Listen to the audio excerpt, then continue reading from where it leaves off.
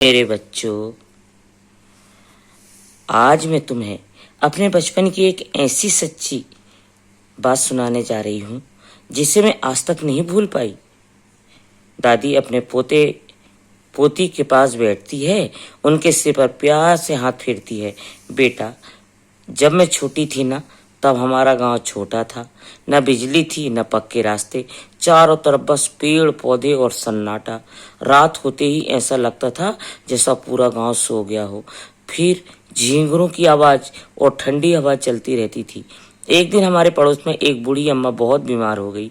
गांव में कोई डॉक्टर नहीं था, सिर्फ एक वैद्य थे जो गांव से थोड़ा दूर रहते थे।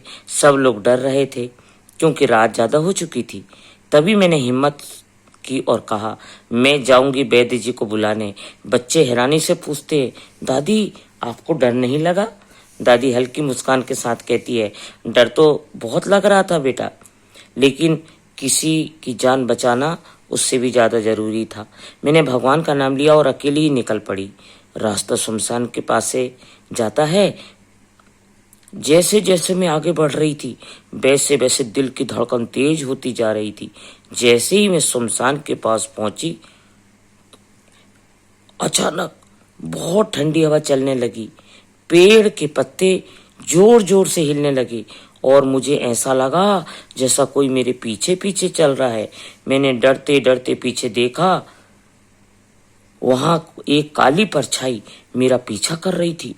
मैंने फिर भगवान का नाम लिया और तेज कदमों से आगे बढ़ने लगी। तभी धीरे धीरे वो परछाई अचानक से गायब हो गई। फिर एक आवाज आई, रुक जा। मेरे तो हाथ पैर कांपने लगे। मैं वहीं खड़ी रह गई। मैंने हिम्मत करके पूछा, कौन है? अंधेरे में एक हल्का सा साया दिखाई दिया और वो धीरे धीरे मेरी तरफ आ रहा था। मैं बहुत डर गई थी बेटा, मैं भागने ही वाली थी। तभी वो साया बोला, डर मत, मैं तेरा बुरा नहीं करूंगा। उसकी आवाज बहुत शांत थी, जैसे कोई अपना ही हो। वो मेरे पास आया और बोला, तू अच्छे काम के लिए निकली है, किसी की जान बचाने जा रही है। मैं हैरान रह गई। मैंने सोचा, इसे कैसे पता? फिर उसने मुझसे एक छोटी सी जड़ी बूटी दी और कहा, इसे वैद्य को दे देना, इससे वो ठीक हो जाएगी। मैंने डरते डरते वो जड़ी ले ली और बिना पीछे देखे तेज तेज चलने लगी। मैं वैद्य जी के घर पहुंची। हाँफते हाँफते दौड़ते दौड़ते जाती हूँ और उन्हें सब बताया और वो जड़ी दी। वैद्य जी ने उस जड़ी से दवा बनाई और बच्चों, सच में वो बुढ़ी अम्मा ठीक हो गई।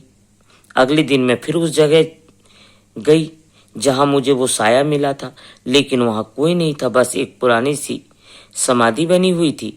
गांव वाले ने मुझे बताया वो एक अच्छे इंसान की आत्मा थी जो मरने के बाद भी लोगों की मदद करती है। दादी बच्चों को अपने पास खींचकर कहती है, उस दिन मुझे समझ आया बेटा, डर डरावनी चीज बुरी नहीं होती और जो दिल से अच्छे होते हैं ना, भगवान उनकी हमेशा मदद करता है। इसलिए कभी डर से हार मत मानना। अगर अच्छा काम हो तो भगवान खुद रास्ता दिखाता है।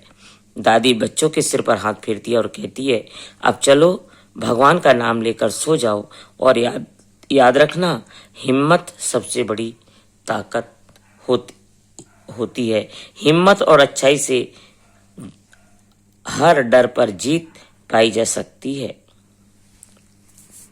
बच्चों, कभी भी डर से नहीं डरना चाहिए। डर से डरने पर आगे हम नहीं बढ़ पाएंगे। इसलिए दादी माँ आपको सिखाती है कि कभी डरना नहीं चाहिए और आगे बढ़ते रहो मेरे प्यारे बच्चों।